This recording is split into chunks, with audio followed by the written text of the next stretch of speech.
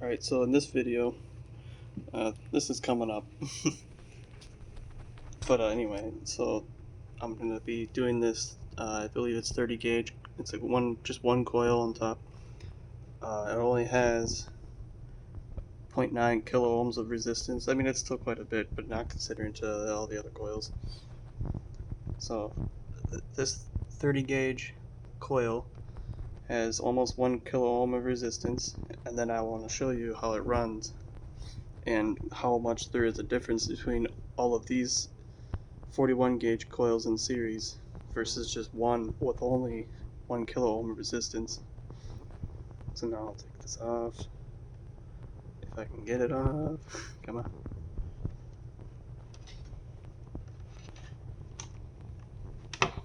Switch this back to voltage. DC.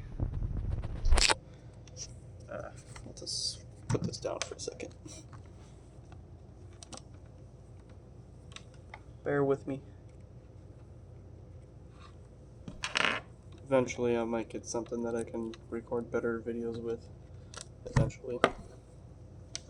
But as of right now, I don't think it's necessary.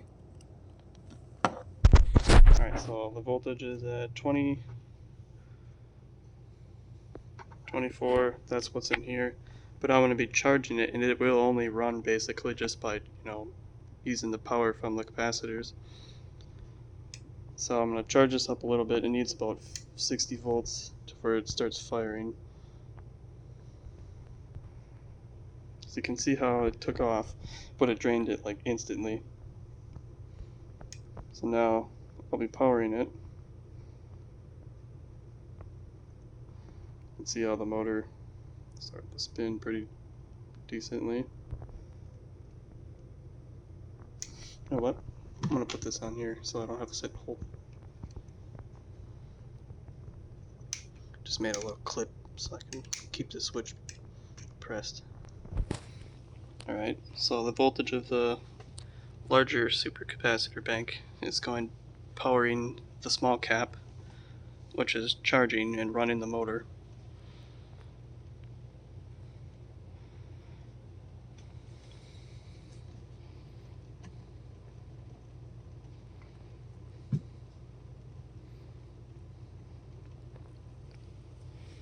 It runs quite a bit faster.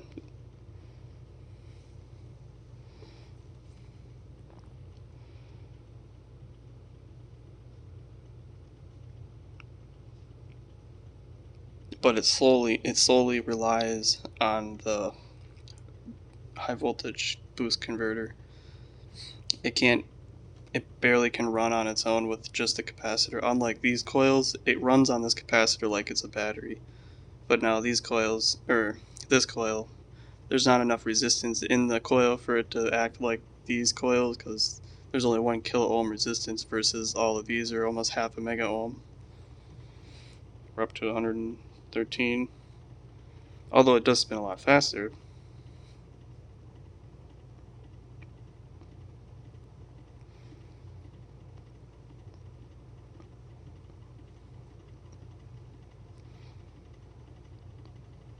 I'm going to see how fast it can get moving. Down to 520 on the supercapacitor bank. It's still climbing pretty decently.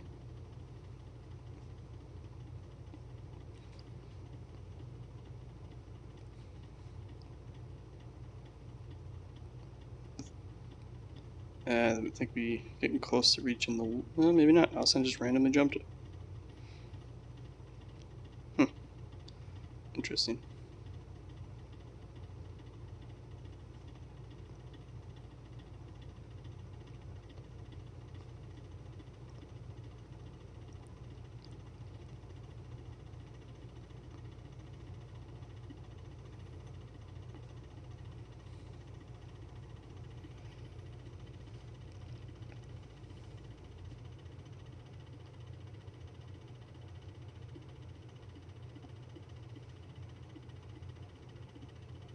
Is it going to get to 150? Looks like it will, easily.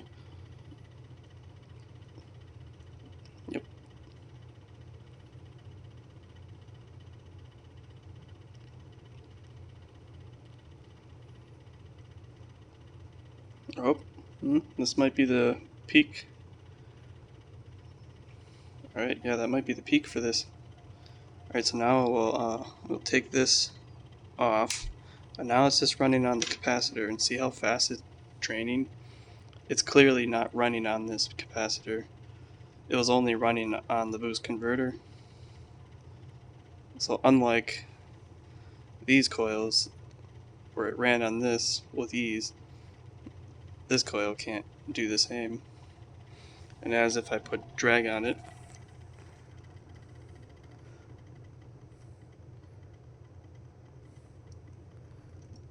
it just drops right with the momentum of the rotor. Even if I come to a complete dead stop, it just drops. It can't do it.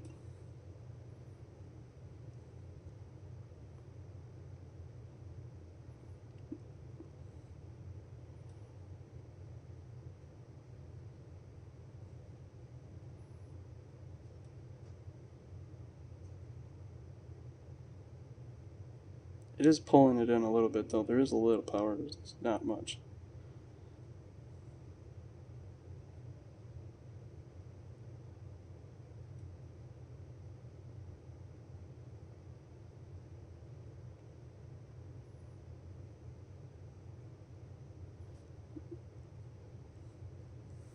So yeah, that's the difference.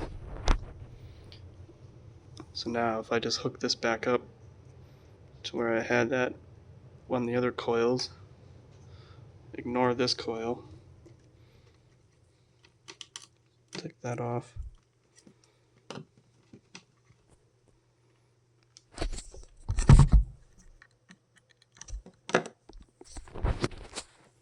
Now I'll charge this up.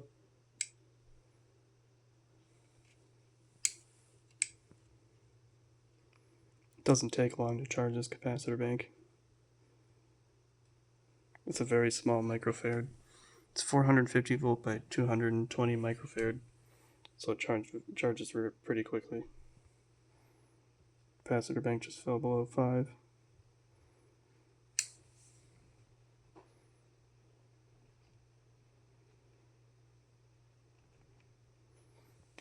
I should have everything connected.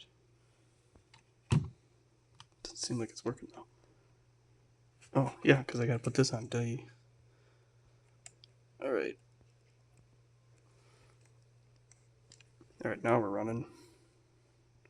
Now it's running off of the capacitor.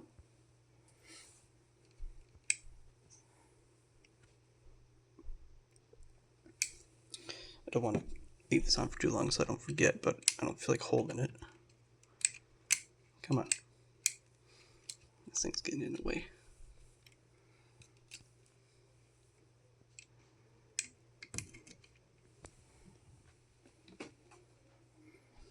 Obviously, it does not spin nowhere near as fast. But notice how I have the coils offset. I noticed that helps with the arcing, and it actually seems to be more efficient.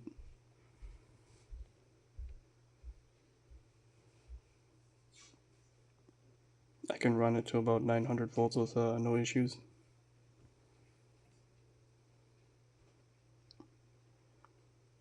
A 1000, that's where it starts to become a problem.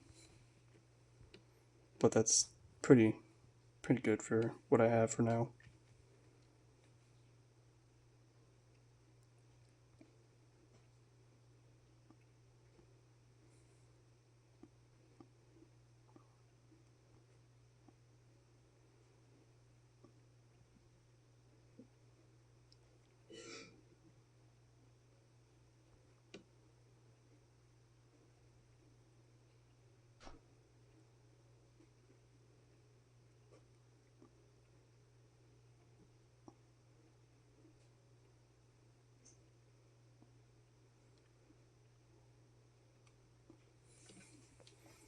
Alright, I'll take that off for now. That's good enough. Don't need to get to 450 exactly.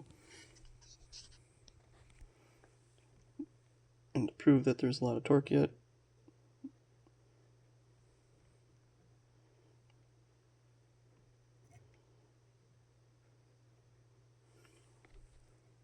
And it really doesn't take much from the capacitor, really, because if you look, it's not spinning. The capacitor is still draining quickly. Now I'll give it a little spin, and you'll see it really doesn't take much from the capacitor bank, or well, the capacitor.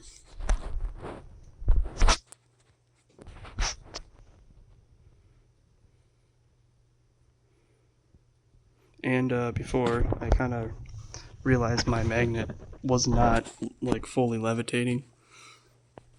So now it's fully levitating,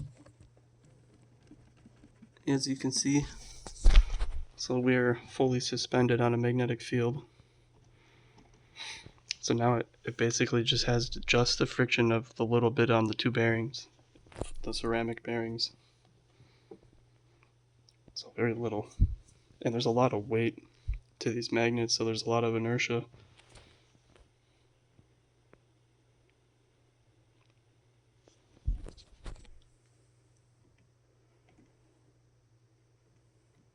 This is a full load on the motor. That's how quickly it drops. Not very much though, considering how little capacity. And you saw how little this coil could run. It barely even ran on that.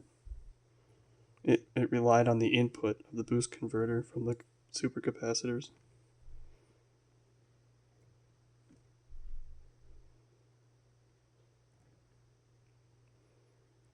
So, I did a test on this capacitor. I charged it to 250. It ran all night as I slept, and as I went to work, it still was running. So, this is able to run on very little for a very, very long time. I mean, it runs in mere microamps. Or, I mean, yeah, microamps.